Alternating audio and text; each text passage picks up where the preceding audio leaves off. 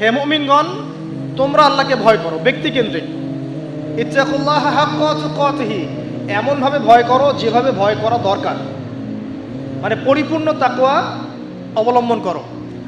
ওয়ালা তামুতুন্না ইল্লা ওয়া আনতুম মুসলিমুন, পরিপূর্ণ মুসলিম বা মুসলমান না হয়ে তোমরা মৃত্যুবরণ করো না। এই যে ব্যক্তি দর্শন পাচ্ছেন আপনি এখন, আমাকে কি করতে হবে? আমাকে এখন পরিপূর্ণ মুসলিম হতে হবে। হতে হলে কি করতে হবে? রবকে চিনতে হবে, চিনলাম।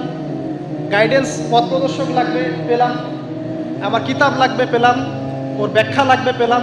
এবার আমি ব্যক্তি দর্শনও পেলাম যে আমাকে এখন নিজেকে মুসলিম হতে হবে। মানুষের কথা পরে, আমার পরিবার পরে, আমার রাষ্ট্র পরে, আমার সমাজ পরে, আগে আমি। সবার আগে আমি নিজে, কারণ আমাকে আমার রবকে ফেস করতে হবে একা একা। আল্লাহ পাক সূরা মারিয়ামে বলেছেন, এই পৃথিবীতে যত মানুষ আছে এরা সবাই একা একা, একজন একজন করে আল্লাহর কাছে হিসাব দিবে। একসাথে 10 জনের হিসাব দিবে না। চিন্তা করতে পারেন পৃথিবীতে কত কোটি মানুষ চলে গেছে, আর কত কোটি মানুষ আছে, আর কত কোটি মানুষ আসবে। সবার হিসেব হবে একা একা, একজন একজন করে। এবং তাদের মাঝখানে কোনো দোভাষীও থাকবে না। ভাষা বুঝি না এমনও না, তারা ভাষা বুঝবে। এই জন্য আমরা বলি যে মানুষের মৌতের সাথে সাথেই ভাষা কি হয়ে যাবে? আরবি। জি, এই জন্য জীবন থাকতে আরবিটা শেখেন। আরবিটা শিখলে কোরআন জানতে পারবেন, বুঝতে পারবেন। আল্লাহ পাক তৌফিক দান করুন, আমিন। তো দেখুন, প্রথমে ব্যক্তির কথা বলা হচ্ছে, সব কিছু বাদ দেন। ইয়া আইয়ুহাল্লাযীনা আমানু, হে মুমিনগণ, তোমরা আগে নিজেদের নফসের খবর নাও, ঠিক আছে? ইত্তাকুল্লাহ, আল্লাহকে ভয় করো, হাক্কা তুকাতিহি, ভয় করার মতো ভয় করো। ওয়ালা তামুতুন্না ইল্লা ওয়া আনতুম মুসলিমুন, পরিপূর্ণ মুসলিম না হয়ে মৃত্যুবরণ করো না। এখন পরিপূর্ণ মুসলিম হতে হলে আমার কি করতে হবে? এক কথা, সহজ কথা, কোরআন এবং হাদিসে যা আছে মেনে চলতে হবে এবং রাসূলুল্লাহ সাল্লাল্লাহু আলাইহি ওয়াসাল্লামের আদর্শ ফলো করতে হবে। এটা ফলো করতে গিয়ে যদি আমি হোঁচট খাই, পড়ে যাই, তাহলে কি হবে? আবার উঠবেন, আবার ওযু করবেন, আবার নামাজে দাঁড়াবেন, তওবা করবেন। জীবনের একটা পর্যায়ে পর্যন্ত মনে করেন আপনি হেদায়েতের পথে ছিলেন না, কি করবেন? আজই তওবা করে ফিরে আসবেন। আল্লাহকে বলবেন, আল্লাহ, যা নামাজ কাজা করেছি, যা রোজা কাজা করেছি, আল্লাহ মাফ করে দাও। আগামী দিনগুলোতে ইনশাআল্লাহ আমি নামাজ রোজা কাজা করব না।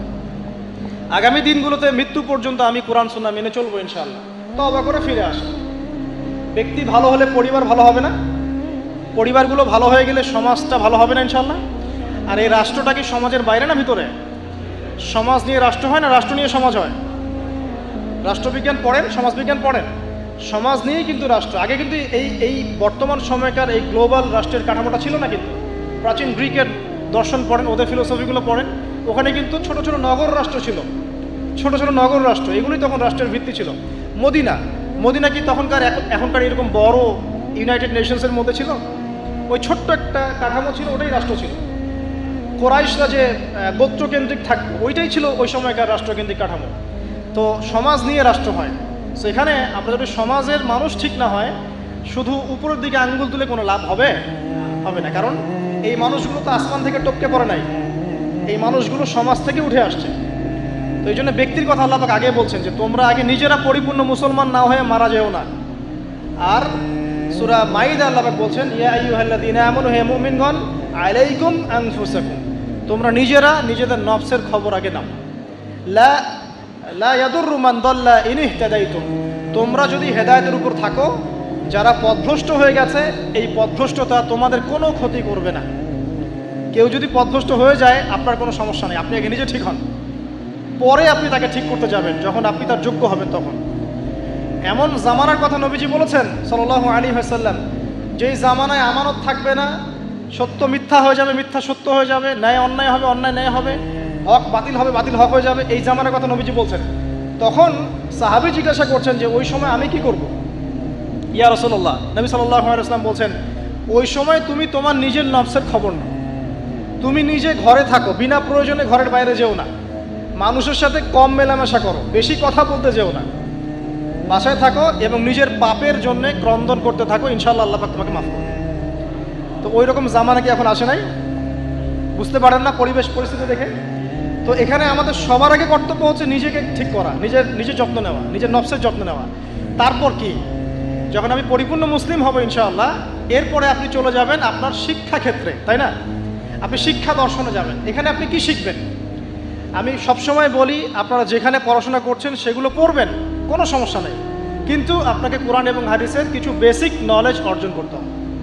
এই জন্য আমি কিছু সাবজেক্টের কথা বলি, যে কোরআন আপনাকে জানতে হবে, আরবি ব্যাকরণ একটু টুকটাক পড়াশোনা করতে হবে, তাফসিরের কিছু বই পড়বেন, হাদিসের কিছু ক্লাসিক্যাল বই পড়বেন, পাশাপাশি আপনি ইসলামের ইতিহাস পড়বেন, ইসলামিক অর্থনীতি পড়বেন, হ্যাঁ, জিওপলিটিক্যাল বইগুলো পড়বেন। এভাবে সাবজেক্ট ওয়াইজ আপনি পড়াটাকে ভাগ করে নেবেন। এমন না আপনি মেডিকেল সায়েন্সের পড়া বাদ দিয়ে এসে এখানে মাদ্রাসায় ভর্তি হয়ে যাচ্ছেন। এটা সবাই এটা পারবেও না, সবার এটার প্রয়োজনও নাই। সব সেকশনেই মানুষ দরকার আছে, প্রতিটা সেকশনে ভালো মানুষের দরকার আছে। অর্থাৎ সবাইকে আলেম বক্তা দায়ী হতে হবে জরুরি না। আপনি যেখানে পড়াশোনা করছেন সেটাই করবেন, কিন্তু বেসিকটা ঠিক করবেন, কোরআন সুন্নাহর বেসিক পড়াশোনাটা করবেন। এই হলো আপনার শিক্ষা দর্শন। তাহলে আপনার শিক্ষা দর্শন হবে কি? ওহির জ্ঞানটা শিখতে হবে। ইকরা বিসমি রব্বিকাল্লাযী খলাক, আপনি পড়ুন আপনার সেই রবের নামে যিনি আপনাকে সৃষ্টি করেছেন। মানে আপনাকে সেই জ্ঞান অর্জন করতে হবে যা আপনাকে আপনার সৃষ্টিকর্তা পর্যন্ত পৌঁছায় দিবে ইনশাআল্লাহ। ঠিক আছে? এমন জ্ঞান অর্জন করতে যায়েন না যেই জ্ঞান অর্জন করলে আপনি সৃষ্টিকর্তা থেকে দূরে সরে যাবেন, এই জ্ঞান অর্জন করতে যায়েন না। এবার আসেন, আপনি মুসলিম হচ্ছেন, ইলম অর্জন করছেন, এবার কি লাগে? রিজিক লাগে, তাই না? খাবার দাবার চলতে হবে, পৃথিবীতে আমাকে চলতে হবে। এখন চলার জন্য আপনার রিজিক লাগবে, হয় ব্যবসা বা চাকরি বা অন্য কোনো সেক্টর, আপনাকে চলতে হবে। এখানে কি ইসলাম কোনো কথা বলে নাই? অবশ্যই বলেছে। কোরআন এখানে কি বলছে? আমাদেরকে অর্থনীতির কি দর্শন দিচ্ছে কোরআন। আল্লাহ পাক সহজ সরল কথা বলছেন যে ইয়ামহাকুল্লাহু রিবা ওয়া ইউরবিস সাদাকা। দেখো, অর্থনৈতিক জীবনে চলার ক্ষেত্রে রিবা থেকে বেঁচে থাকবে, কারণ রিবা বা সুদ তোমার সম্পদটাকে সংকুচিত করে ফেলবে, আর সদকা, দান, যাকাত এটা তোমার সম্পদকে বৃদ্ধি করতে থাকবে। কথা কি বুঝতে পারছেন? তার মানে ইসলামিক অর্থনীতি একটা ভিত্তি পেলাম, যাকাত, দান, সাদাকা। ঠিক আছে? আর রিবা থেকে দূরে থাকবে। আল্লাহ পাক আরো বলছেন যে ফাআহাল্লাহুল বাইআ ওয়া হারামার রিবা। আল্লাহ পাক ব্যবসাকে হালাল করেছেন, রিবাকে কি করেছেন? হারাম। তার মানে আপনি একটা গাইডেন্স পেলেন, আপনাকে ব্যবসা করতে হবে, আপনাকে সুদে যাওয়া যাবে না। আপনি ব্যবসা করেন কোনো সমস্যা নাই, বাট সুদে গেলে প্রবলেম। এই ব্যাপারে আল্লাহ পাক আরো বলছেন ইয়া আইয়ুহাল্লাযীনা আমানু হে মুমিনগণ ইত্তাকুল্লাহ, আল্লাহকে ভয় করো, ওয়া যারু মা বাকিয়া মিনার রিবা, তোমরা সুদের অবশিষ্ট সব অংশগুলো ছেড়ে দাও, সুদের লভ্যাংশগুলো ছেড়ে দাও, চক্রবৃদ্ধি হারে সুদ খেও না। ওয়াইল্লাম তাফআলু, তোমরা যদি এটা না ছাড়ো তাহলে ফা'যারু বিহারবি মিনাল্লাহি ওয়া রাসূলিহি, তাহলে আল্লাহ এবং তার রাসূলের সাথে যুদ্ধের ঘোষণা শুনে রাখো। এখানে আপনি জীবনে চলার পথে রিজিকের আপনি গাইডেন্স পেলেন। ব্যবসা করবেন আলহামদুলিল্লাহ, চাকরি করবেন আলহামদুলিল্লাহ, আপনি দান সাদকা করবেন, যাকাত দিবেন, এগুলো সব পারমিটেড। কিন্তু আপনি রিবায় যেতে পারবেন না, মজুদদারি, কালোবাজারি, দুর্নীতি এগুলোতে যেতে পারবেন না, এটা প্রহিবিটেড। মাপে কম দিতে পারবেন না। মানে আল্লাহ পাক আপনাকে জীবনে চলার পথে রিজিকের সোর্সের ব্যাপারেও গাইডেন্স দিলেন কোরআন থেকে। ঠিক আছে? তো এখানে আমরা ইনশাআল্লাহ তাআলা যারা সুদের সাথে সম্পৃক্ত আছি আজকে তওবা করে ফিরে আসবো ইনশাআল্লাহ। কারণ আপনার তাকদিরে যে রিজিকটা আছে, এই রিজিক না শেষ করে আপনি পৃথিবী থেকে বিদায় নেবেন না। আপনার জন্য চয়েস দুইটা, এই রিজিকটা কি আপনি হারাম পথে যাচ্ছেন নাকি হালাল পথে যাচ্ছেন। হারাম পথে চাইলে ওই পথে আল্লাহ পাক আপনাকে দিবেন, রিজিক শেষ করবেন, মৃত্যুবরণ করবেন। আর হালাল পথে চাইলে ওই পথে আল্লাহ পাক দিবেন, আপনি রিজিক শেষ করবেন, তারপর মৃত্যুবরণ করবেন, তার আগে মরবেন না ইনশাআল্লাহ। আল্লাহ পাক কথাগুলো বোঝার তৌফিক দান করুন, আমিন। এই যে ব্যবসা বাণিজ্য, চাকরি বাকরি হয়ে গেল, এখন কি আপনার পরিবারের ব্যাপার আছে। আমি শেষ করে দিচ্ছি। আপনার পরিবারের কিছু ব্যাপার আছে। এখন পরিবার গঠন করবেন, মাশাআল্লাহ। এখানে কি কোরআন গাইডেন্স দেয় নাই? অবশ্যই দিয়েছে। সূরা তাহরিম এর 6 নম্বর আয়াত পড়ে দেখেন, আল্লাহ পাক বলছেন যে ইয়া আইয়ুহাল্লাযীনা আমানু হে মুমিনগণ কু আনফুসাকুম ওয়া আহলিকুম নার, তুমি নিজে জাহান্নামের আগুন থেকে বাঁচো, তোমার পরিবারবর্গ সবাইকে জাহান্নামের আগুন থেকে বাঁচাও। এখন পরিবার গঠন করতে হলে আমার এইটা মেনে চলতে হবে। মানে এমন পরিবার গঠন করতে হবে যেই পরিবারের সদস্যরা আল্লাহকে ভয় করে, রাসূলের আদেশ মেনে চলে, নামাজ কালাম ঠিক মতো পড়ে, দিনের বুঝ আছে, ফরজ ওয়াজিব সুন্নত মুস্তাহাব মেনে চলে, পর্দা মেনে চলে। এমন পরিবার গঠন করা ছাড়া অন্য জায়গায় যাওয়া যাবে না। কারণ আমাদেরকে এমন পরিবার গঠন করতে আল্লাহ পাক বলেছেন যে পরিবারের সদস্যদেরকে তুমি জাহান্নামের আগুন থেকে বাঁচাবে। তো এখানে আমি পারিবারিক দর্শন পেলাম। এখানে মোটা থেকে কিছু কথা বলে দেই যে বিয়ে করার সময় অবশ্যই দিনদারিতাকে প্রাধান্য দিবেন, বাকি বিষয়গুলো পরে, রূপ সৌন্দর্য বংশ টাকা পয়সা পরে, আগে দিনদারিতা। ছেলের ক্ষেত্রেও মেয়ের ক্ষেত্রেও বিয়েটাকে সহজ করবেন, কঠিন করবেন না। বিয়ে যত সহজ হবে জেনা তত কমে যাবে, বিয়ে যত কঠিন হবে জেনা তত বাড়তে থাকবে। আর এখনকার যুগটা জেনার যুগ, ঘরে ঘরে জেনা পরকীয়া চলছেই, এবং রেপ ধর্ষণ এখনকার একটা কমন সমস্যা। পর্নোগ্রাফি দিয়ে যুব সমাজের মস্তিষ্ক ধোলাই করে দেওয়া হয়েছে, এরা এখন জানোয়ার হয়ে গেছে ভিতর থেকে, যাকে তাকে যেখানে সেখানে রেপ করে ফেলছে, বিকজ ইন্টারনালি তারা করাপ্টেড, তারা ইন্টারনালি বিস্ট হয়ে গেছে আর কি। একই সাথে সকল ক্ষেত্রে আমরা উপযুক্ত ইসলামিক শাস্তি নিশ্চিত করতে পারছি না, এই কারণে এরা পার পেয়ে যাচ্ছে, লাই পেয়ে যাচ্ছে।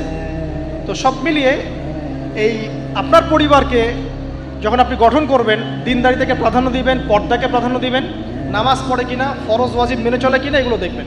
এরপরেও যদি কোনো সমস্যা ফিল হয়, তখন সবরের সাথে, ধৈর্যের সাথে, ইসলাম এবং সংশোধনের মধ্য দিয়ে আপনি জীবনযাপন করতে থাকবেন ইনশাআল্লাহ তাআলা। আল্লাহ পাক সবাইকে আদর্শ পরিবার গড়ার তৌফিক দান করুন, আমিন। এই পরিবারে আপনার সন্তান সন্ততি হবে, এখন আপনি আমি যে পরিবেশটা পাই নাই, সেই পরিবেশটা আপনার বাচ্চাকে দিতে হবে। তো আপনার সন্তান সন্ততি প্রতিপালনের দর্শনটা কোথায়? কোরআনে সূরা লোকমানের আপনি 10 থেকে 20 এই আয়াতগুলো পড়ে দেখেন। কোন সূরা? সূরা লোকমানের 10 থেকে 20 এই আয়াতগুলো পড়ে দেখেন। আল্লাহ রাব্বুল আলামিন এখানে পুরো গাইডেন্স দিয়ে দিয়েছে, বাচ্চাকে কিভাবে মানুষ করবেন, কি শিখাবেন, কি শিখাবেন না, সব।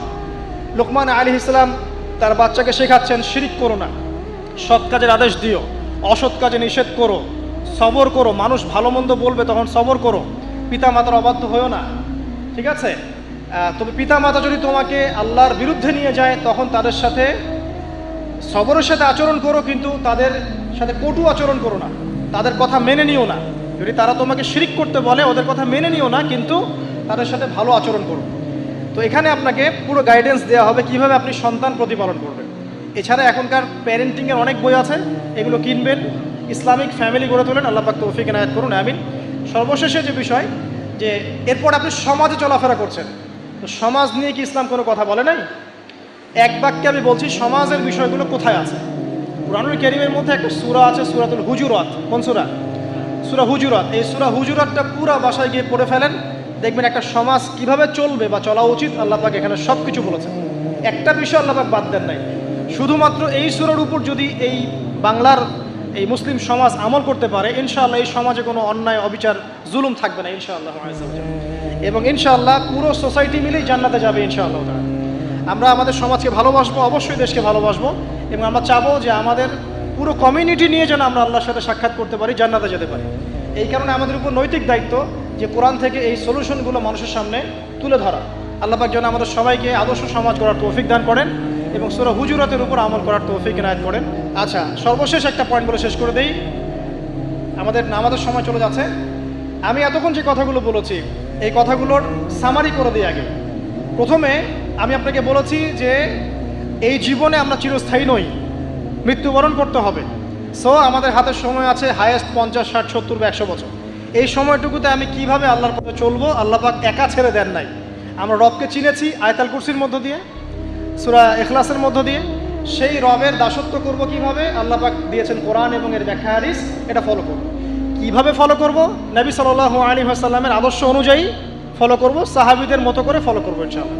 এরপর কি হবে? এরপর আমি ব্যক্তি জীবনকে আগে সমৃদ্ধ করব। আমার ব্যক্তি জীবনে আমি জ্ঞান অর্জন করব, আমল করব, তাজকিয়া অর্জন করব, আমার ব্যক্তি জীবনটাকে আমি ইসলামের পথে উৎসর্গ করব। এরপরে কি? এরপরে আমি চলে যাব অর্থনীতিতে। আমার ব্যবসা বাণিজ্যের প্রয়োজন আছে, আমি ব্যবসা বাণিজ্যের ক্ষেত্রে হালাল হারাম মেনে চলবো। ইকোনমিক সেকশনে আমি হালাল হারাম মেনে চলবো, আল্লাহর বিধান মেনে চলবো। শিক্ষা ক্ষেত্রে আমি আল্লাহর ওহির জ্ঞান অর্জন করব। এরপর পরিবার গঠন করব, সেখানেও আমি ইনশাআল্লাহ তাআলা আদর্শ ইসলামিক পরিবার গড়ে তোলার চেষ্টা করব। এরপর সমাজ যদি গঠন করতে হয়, তখন আমি গিয়ে সূরা হুজুরাতের সাহায্য নিব। এর মধ্য দিয়ে ইনশাআল্লাহ আমি একটা আদর্শ সমাজের রোল মডেল পাবো। আর সর্বশেষ যেটা হলো, আরও বড় সেকশন, যে পররাষ্ট্রনীতির কথা বলছেন, রাষ্ট্রীয় কথাগুলো বলছেন, বিচারের কথাগুলো বলছেন, এই প্রতিটা বিষয়ের হেদায়েতও কোরআনে দেয়া আছে। এখন এই যুগে, এই সময়ে, এই 21 শতাব্দীতে এসে এই পশ্চিমাদের দৌরত্বের এই যুগে আমরা এটা কতটুকু করতে পারবো আমরা জানি না, কিন্তু জেনে রাখা ভালো। জাস্ট জানার জন্য বলছি। আল্লাহ রাব্বুল আলামিন কুরআনুল কারীমের মধ্যে বলেছেন যে ইয়া দাউদ, হে দাউদ, সূরা সাদের 26 নম্বর আয়াতে আল্লাহ পাক বলেছেন, ইয়া দাউদ, হে দাউদ, ইন্না জাআলনাকা খলিফাতান ফিল আরদ, হে দাউদ, আমি তোমাকে পৃথিবীতে খলিফা করেছি। আল্লাহর খলিফাকে, যে আল্লাহ রাব্বুল আলামিনের বিধান মেনে চলে, সেই তো আল্লাহর খলিফা। হে দাউদ, আমি তোমাকে পৃথিবীতে খলিফা করেছি, তোমার কাজ কি? ফাহকুম বাইনান নাসি বিল হক, তোমার কাজ হচ্ছে মানুষের মধ্যে হকের মানদণ্ডে বিচার ফয়সালা করবে। আর হক কি আমি কিন্তু আগে বলেছি সূরা কাহফ 29 নম্বর আয়াতে, যে হক সেটাই যেটা আল্লাহর পক্ষ থেকে নাজিল হয়। এই মানদণ্ডে তুমি মানুষের মাঝখানে বিচার ফয়সালা করবে। ওয়ালা তাত্তাবিউল হাওয়া, এবং তুমি তোমার প্রবৃত্তির দাসত্ব করবে না। ফায়ুদিল্লাকা আন সাবিলিল্লাহ, তাহলে এটা তোমাকে আল্লাহর পথ থেকে সরিয়ে নিয়ে যাবে। ইন্নাল্লাযীনা ইউদিল্লুনা আন সাবিলিল্লাহ, নিশ্চয়ই যারা আল্লাহর পথ থেকে বিচ্যুত হয়ে যায়, লাহুম আযাবুন শাদীদ, তাদের জন্য আছে প্রচণ্ড যন্ত্রণাদায়ক শাস্তি। বিমা নাসু ইয়াউমাল হিসাব, এই কারণে যে তারা হিসাবের দিনটা ভুলে গিয়েছে। তো এখানে আমরা একটা দর্শন পেয়ে গেলাম যে আমাদেরকে যদি আল্লাহ রাব্বুল আলামিন বড় লেভেলে নিয়ে যান, তখন আপনাকে কি ফলো করে সমাজ, রাষ্ট্র এবং পলিটিক্যাল অ্যাফেয়ার্সগুলো ডিল করতে হবে। জানি আমি আপনাদের চেয়ে খুব ভালো করে জানি যে এটা বর্তমান বিশ্বে অলমোস্ট ইম্পসিবল। বর্তমান বিশ্বের যে কাঠামো, ঈসা ইবনে মারইয়াম এবং মাহদী আসার আগ পর্যন্ত এটা ইম্পোজ করা অলমোস্ট ইম্পসিবল। তারপরে আমরা জেনে রাখছি, বিকজ এটা জানার অধিকার তো আপনাদের আছে। আল্লাহ পাক সূরা মাইদা আরও বলেছেন, ওয়ামান লাম ইয়াহকুম বিমা আনজালাল্লাহু ফাউলাইকা হুমুল কাফিরুন। সূরা মাইদা পড়েন 44, 45, 47 তিনটা আয়াত পড়বেন। আল্লাহ পাক বলছেন, যে ব্যক্তি বা যারাই আল্লাহ পাকের নাজিলকৃত বিধান অনুযায়ী ফয়সালা করছে না, তারা জালেম, তারা ফাসেক, তারা কাফের। আল্লাহ পাক বলেছেন, আমার কথা নয়। আল্লাহ পাক আরও বলছেন, যখন তোমরা পলিটিক্যাল অ্যাফেয়ার্সে যাবে, ওয়ালা তাত্তাখিযুল ইয়াহুদা ওয়ান নাসারা আউলিয়া, তোমরা ইহুদি এবং নাসারাদেরকে বন্ধু রূপে গ্রহণ করো না। এই আয়াতটা তেলাওয়াত করলে আমাদের মিডল ইস্টের যারা আছে শাসকরা, তাদের কলিজা কাঁপা শুরু হয়ে যায়। আল্লাহ পাক বলেছেন, ইয়া আইয়ুহাল্লাযীনা আমানু, হে মুমিনগণ, লা তাত্তাখিযুল ইয়াহুদা ওয়ান নাসারা আউলিয়া, তোমরা ইহুদি এবং নাসারাদেরকে বন্ধু রূপে গ্রহণ করো না। কেন গ্রহণ করো না? বা'দুহুম আউলিয়া ও বা'দ, এরা একে অপরের বন্ধু। ওয়া মান ইয়াতাওয়াল্লাহুম মিনকুম, তোমাদের মধ্যে কেউ যদি ওদের দিকে মুখ ফিরায়, ফাইন্নাহু মিনহুম, সে তাদের অন্তর্ভুক্ত। ইন্নাল্লাহা লা ইয়াহদিল কওমাজ যালিমিন, আল্লাহ পাক এই জালেমদেরকে হেদায়েত করেন না। সেরকম অনেক আয়াত কোরআনে আছে।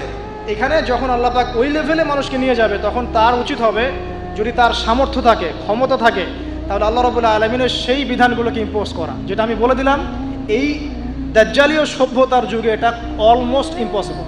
তারপরেও যে ন্যায়ের কথা বলা হয়, যতটুকু পারা যায় অতটুকুর মধ্যেই আল্লাহ রাব্বুল আলামিনের হক, ন্যায়, যেটা আমাদের সমাজের জন্য কল্যাণকর, এই ডিসিশনগুলো নিতে কোনো আপত্তি নেই। আল্লাহ রাব্বুল আলামিন আমাদের ঊর্ধ্বতন কর্তৃপক্ষ যারা আছে সবাইকে শক্তিশালী করুন, আমরা দোয়া করি, এবং তাদেরকে আল্লাহ রাব্বুল আলামিনের কোরআন এবং হাদিস বোঝার তৌফিক দান করুন। সরাসরি না হলেও টেকনিক্যালি ইসলামের বিধানগুলোকে ইম্পোজ করার তৌফিক আল্লাহ পাক সবাইকে দান করুন, আমিন। আল্লাহ রাব্বুল আলামিন আমাদের সবাইকে মাফ করে দিন। এই দুনিয়ার জীবনটা যেন আমরা আল্লাহর আনুগত্যে কাটাতে পারি, আল্লাহ পাক সে তৌফিক আমরা সবাইকে দান করুন। এবং আমরা আরও বলছি যে আল্লাহ রাব্বুল আলামিন আমাদেরকে কোরআন সুন্নাহর জ্ঞানী হওয়ার তৌফিক দান করুন, বেশি বেশি করে আমল করার তৌফিক দান করুন, আদর্শ ইসলামিক পরিবার গড়ার তৌফিক দান করুন। পাশাপাশি আমাদেরকে যারা রিজিকের সমস্যায় ভুগছি, হালাল রিজিকের সোর্স যাদের জুটছে না, আল্লাহ পাক এই বেকারত্ব দূর করে দিন এবং হালাল রিজিকের পথ প্রশস্ত করে দিন, আল্লাহুম্মা আমিন। আমাদের সমাজটাকে আল্লাহ রাব্বুল আলামিন কোরআনের কাঠামোতে গড়ে তোলা তৌফিক দান করুন, এবং আল্লাহ পাক আমাদের ঊর্ধ্বতন কর্তৃপক্ষ যারা আছে সবাইকে শক্তিশালী করুন, যাতে করে তারা ইসলামের কল্যাণে কাজ করতে পারেন, আমিন।